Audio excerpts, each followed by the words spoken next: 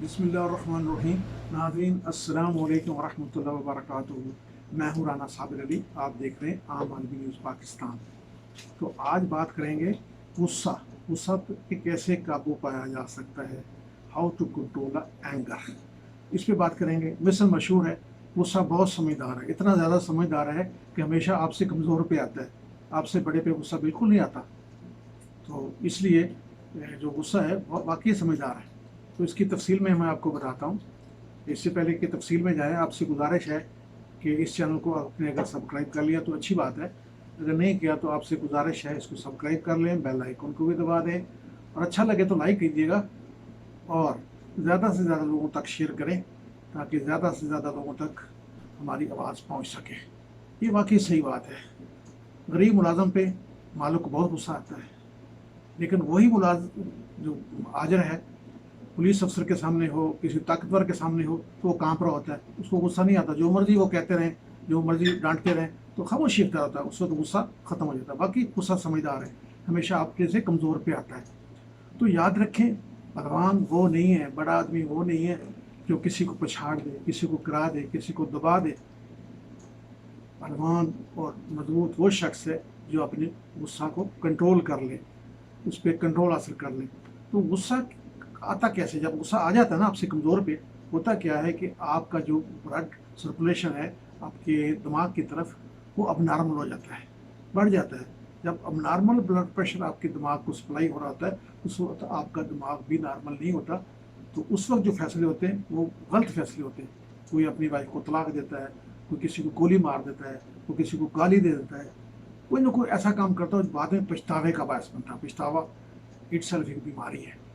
तो लिहाजा ऐसा फैसला जिस वक्त आपको गुस्सा आ जाए तो आप क्या करें? अगर आप चल रहे हैं तो रुक जाएं, अगर आप खड़े हैं तो बैठ जाएं, बैठे हैं तो लेट जाएं।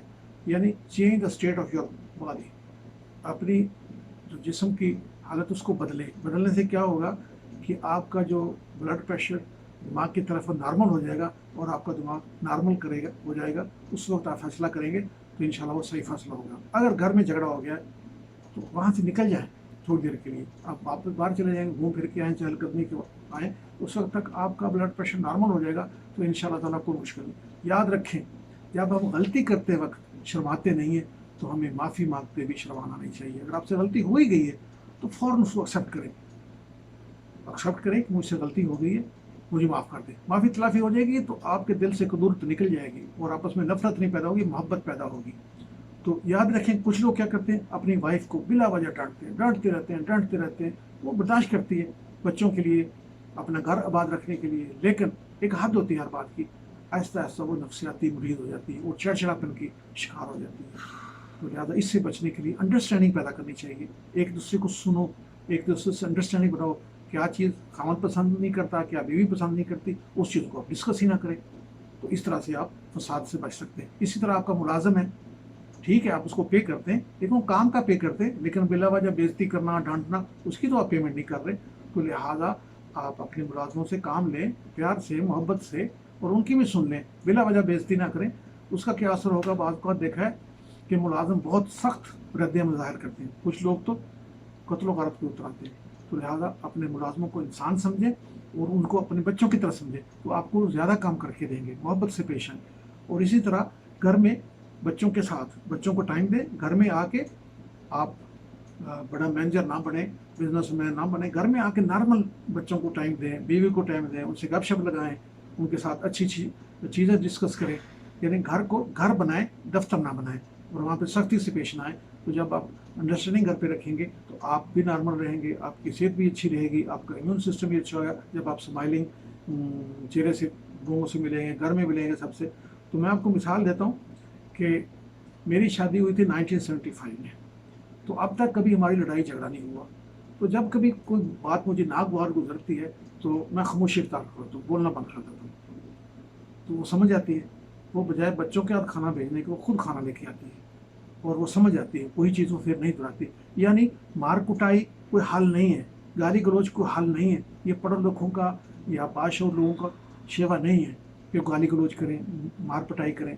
उसकी फिर क्या होती है, वाइफ आदत हो जाती है उसको कि ठीक है जो मर्जी कर लो, एक दो थप्पड़ मारेगा, ख़त्म हो जाएगी। तो लिहाजा ऐसा मौका मत जाने दें। ज़िंदगी को खुशगवार बनाएं।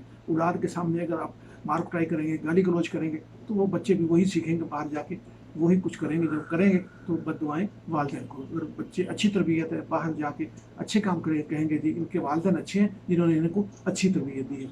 तो लिहाजा जो भी कोई गलत काम होता है उसके पीछे कोई ना कोई चीज़ मुश्तरक है पूरी दुनिया में। कोई ज़िद होती है, कोई अपने आप को बड़ा ज़ाहिर करने के लिए कोशिश करता है कि मैं बहुत बड़ा आदमी है। तो याद रखें कि जो शख्स सख्ती करता है लोगों पे, बदमाशी करता है, और लोग उसके शर से, उसके डर से, खौफ से उसको सलाम करते हैं, उसकी इज़्ज़त करते हैं, तो याद रखें वो बदबख्त शख्स, ये मफ़हूम है एक हदीस शरीफ का, वो शख्स बदबख्त है जिसके खौफ से, जिसके शर की वजह से लोग डर के उसको सलाम करते हैं।